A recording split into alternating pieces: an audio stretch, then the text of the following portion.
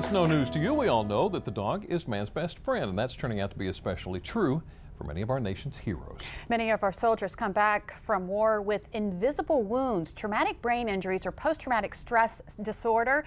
That's where the dogs in the Paws and People Assisting Wounded Warriors program step in to help. So joining us today to talk about the program is Janet Austin, the program's Delaware Outreach Coordinator and Warrior Trainer, and Bill Austin, Master Sergeant, U.S. Air Force retired, and recipient of a Paws dog. This is JP. It is JP. JP joins us today. Thanks for coming in. Thanks for having us. Talking about this. We appreciate it very much.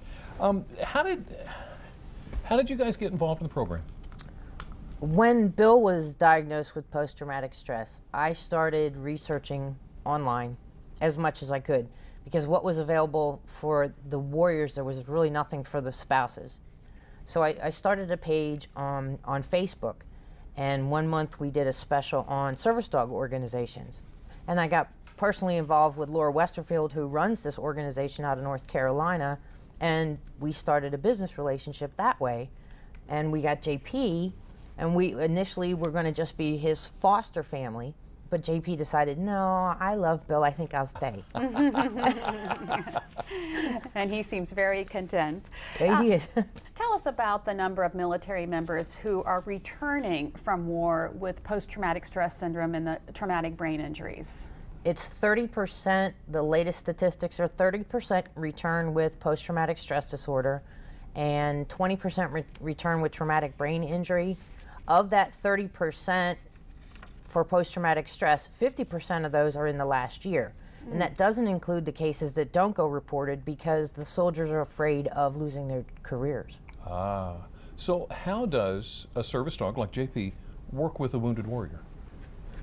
Well, primarily what he does, or what, at least for me, is that, he'll help me if I need to pick something up, if my legs don't want to work right. He'll allow me to put my weight on him so that, I can pick myself up.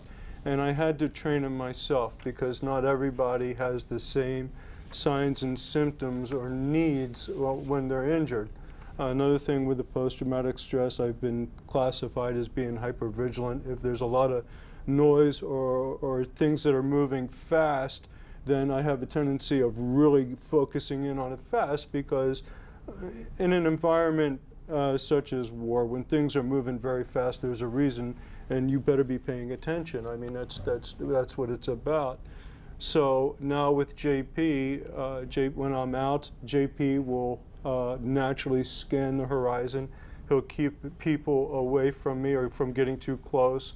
Or if somebody tries to pet him, or try to approach and he doesn't know them, then he's trained to do what they call passive protection, in that he'll pull closer to me and put himself as a barrier between me and that person, so that he's doing what he has to do. Some people would view it as him being flighty or scared, but basically what he's doing is he's going to where the noise is, or observing where the noise is, so that he can say, it's okay, and he guards that part. How about that? And what kind of improvements have you seen since you've had JP? Well, as I was explaining to Jim, when I got JP, actually Janet wanted me to do this, and I was most resistant in the beginning about being a foster parent, and finally I relented because she's the boss. And so we had him for 2 days, and she said to me, she goes, "Don't you get it?" And I'm like, "Get what?" And she said, "This is the first time in 2 years that you've smiled and laughed." And I said, "Because he brings me peace." How about that? That is wonderful. And he really does. Now, we were talking earlier, and you were sharing the reactions that you get when you tell wounded warriors how much it's going to cost for them. Absolutely. To get one of these dogs. Nothing. Nothing. Absolutely free. Absolutely free. We're the only service dog organization out there for post-traumatic stress and traumatic brain injury that provide our dogs free of charge. We feel the warrior has given enough. They end up being on a limited income, a fixed income, like an elderly person when they're removed from the military. They don't need to have to come out of pocket $10,000 to $40,000 for a service dog. And we don't assembly line train ours. They're trained in puppy homes for 6 months.